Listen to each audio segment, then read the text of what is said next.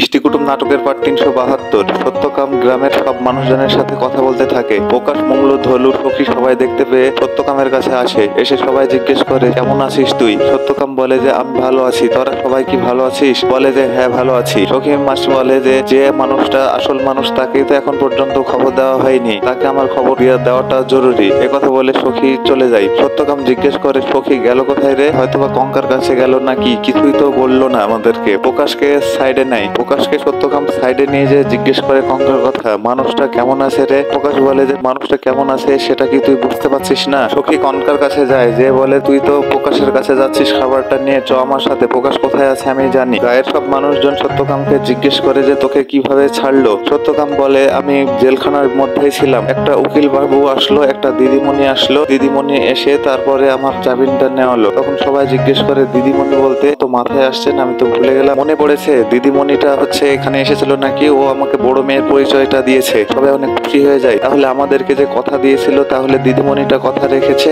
দিদিমণি এখানে এসে বলে গেছিল যে তোকে ছাড়ার ব্যবস্থা করবে। কনকাকে সখী নিয়ে আসে। কঙ্কা দেখতে পায় যে অনেক মানুষজন দাঁড়িয়ে আছে। কঙ্কা বলে যে কি ব্যাপার, ওখানে এত মানুষজন কিসের জন্য? ওখানে এত ভিড় কেন? কি হয়েছে? সখী বলে যে চ আর একটু চ, তাহলে তো দেখতে পাবি। আর সত্যকামকেও মঙ্গল বলে যে ওই দেখ ওখানে কে এসেছে। একটু পরে সত্যকামের দিকে কনকার চোখ পড়ে যায়। কনকা সত্যকামের কাছে যায়, যে বলে যে তুই কেমন আছিস রে? কনকা অনেক কান্নাকাটি শুরু করে দেয়। সত্যকাম বলে আমি এতদিন ভিতরে ছিলাম, এতদিন তো তুই কান্নাকাটি করেছিস, সেটা ঠিক আছে। এখন তো আমি বাইরে এসেছি, এখনো তুই যদি কান্দিস তাহলে কি হবে? সত্যকামের ছুটিতে গায়ের সব মানুষজন অনেকটা আনন্দ শুরু করে দেয়। আমরা সত্যকামের বাড়িতেই খাবো, কঙ্কার বাড়িতেই খাবো। আমাদের বাড়িতে যা চাল ডাল আছে সবাই একসাথে উঠাবো, উঠে আমরা সেই বাড়িতেই খাবো। সখীকে বলে যে সখী তুই এতক্ষণ আগে একটা ভালো কথা বলেছিস, তুই একটা আনন্দের কথা বলেছিস। আজকে আমরা সত্যকামের বাড়িতে অনেকটা আনন্দ করবো, চ আমরা যাই তাহলে সত্যকামের বাড়ির দিকে আগাই। কথা বলে তারা সেখান থেকে সবাই রওনা দেয় সত্যকামের বাড়ির দিকে। বাহামণি তার কলেজে যায়। কলেজে যায় বাংলা শিক্ষকের সাথে কথা বলে। বলে স্যার তোকে আমি কখন থেকে খুঁজছি, তোকে তো খুঁজেই পাচ্ছি না, তোর সাথে আমার ইম্পর্টেন্ট কথা ছিল। বলে বাহা তুমি কি কিছু বলবা বলো তো, আমার তো ক্লাস আছে। বাহামণি বলে হ্যাঁ সেটা তো জানি, তোর সাথে আমার দরকার আছে বলেই তো তোকে খুঁজছি। তো সবাই হাসাহাসি করছে কেন? ক্লাসটা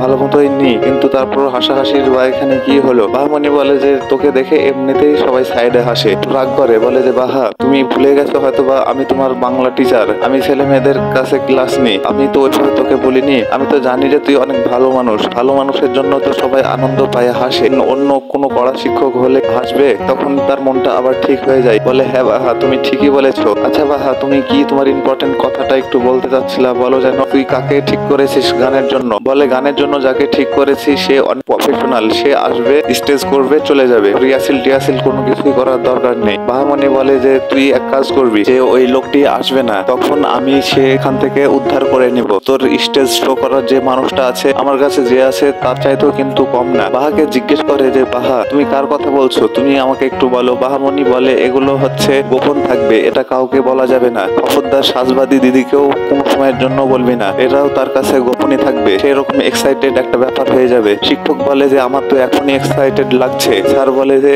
কেমন হবে, আমি তো কিছুই বুঝতে পারছি না, মান সম্মান সব নষ্ট হয়ে যায়, তখন তো আরেক ঝামেলা হবে। বাহা বলে যে আমি আছি না, আমার কথা যদি তুই না শুনিস তাহলে কিন্তু আমি আর নৃত্যের রিহার্সেল করবো না, আমি কিন্তু আর নাচবো না। বলে বাহা তুমি এই কথা খবরদার কোনো সময়ের জন্য বলো না, সামনে ডেট চলে এসেছে, আর তুমি যদি এখনই কথা বললো তাহলে কি হবে? আর এত বড় ডাহা মিথ্যা কথা আমি কি করে বা বলবো? বাহা বলে যে তুই শিক্ষকের সাথে প্রিন্সিপালের সাথে যেভাবে বলিস সেভাবেই বলবি, সমস্যা নেই, অনেকটা আনন্দ হবে। বাংলা শিক্ষককে বুঝতে বাহার অনেকটাই কষ্ট হয়, বাংলা শিক্ষক কোনোভাবে বুঝতে চায় না। তারপরও বাংলা শিক্ষক যখন বুঝে তখন বাহা বলে আমি যে তোকে এগুলো বললাম, এই কথাগুলো কাউকে কিন্তু বলা যাবে না, এগুলো একদম সম্পূর্ণ গোপন রাখতে হবে। অনুষ্ঠানের দিন সেগুলো আমরা প্রকাশ করব, আর সবকিছু যেগুলো গোপন থাকছে সেগুলো আমি তোর কাছে সবকিছু শেষে জানাবো, এখন আমি তোকে কোনো কিছুই জানাবো না। বলে যে আচ্ছা ঠিক আছে বাহা। বাংলা শিক্ষক অনেক খুশি হয়ে যায়। বাংলা শিক্ষক বলে যে আচ্ছা বাহা ঠিক আছে, তোমার কথাই হলো, আমি সেটাই করব। বাহার কথা শেষ করে বাংলা শিক্ষক অন্য দিকে যায়। বলে যে ওই দিকে না রে, তোর ক্লাস এই দিকে। বাহার দিকে তাকায়, শিক্ষক যায় আর অনেকটাই হাসে। বাহামণি সেখানে দাঁড়িয়ে থেকে ভাবে যে তোদেরকে সবাইকে আমি সারপ্রাইজ দিব,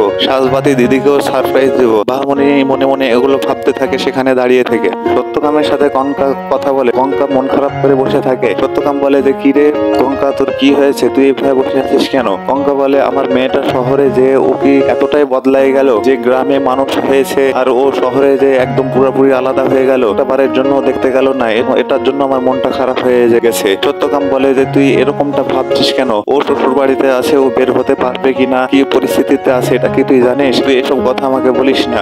তোর এসব কথা আমার ভালো লাগছে না। একটা মেয়ে যদি ইচ্ছা করতো তাহলে যে কোনো ভাবে ও যেতে পারতো। জামাইটা কত ব্যস্ত মানুষ, ওর শ্বশুর বাড়িতে ওকে মেনে নিয়েছে কিনা, শ্বশুর বাড়ি থেকে বের হতে পারবে কিনা। কঙ্কা বলে একটা কলেজে পড়া মেয়ে যে কোনো সময় বের হতে পারবে, যে কোনো সময় যেতে পারবে। বাপটাকে দেখতে গেল না, এটা আমি কোনোভাবে মেনে নিতে পারছি না। কঙ্কা সত্যকামকে বলে আমি অনেকটাই আমার মেয়েকে ভালোবাসি, তোর ভালো এতটাও বাসি যে আমার ভালোবাসাতে অন্ধ হয়ে আছে এরকমটা কিন্তু না। বাহার ভালোবাসাতে অন্ধ হয়ে থাকিস না। সত্যকাম বলে যে তুই আমাকে অন্ধ বলছিস? হ্যাঁ, আমি বাহার জন্য না হলে ভালোবাসার অন্ধই হলাম। সত্যকাম বলে যে আচ্ছা কঙ্কা, তুই এসব কথা বাদ দে তো, তুই এসব কথা বলিস না। বিটিয়া যদি পারতো তাহলে তো আসতো। কঙ্কা বলে যে আমি ভালোবাসতে পারি, কিন্তু আমি কঠিন মানুষও আছি। কঙ্কা বাহার প্রতি একটু মনক্ষুণ্ণ হয়ে সেখানে দাঁড়িয়ে থাকে আর সত্যকামের কাছে সেগুলো প্রকাশ করতে থাকে।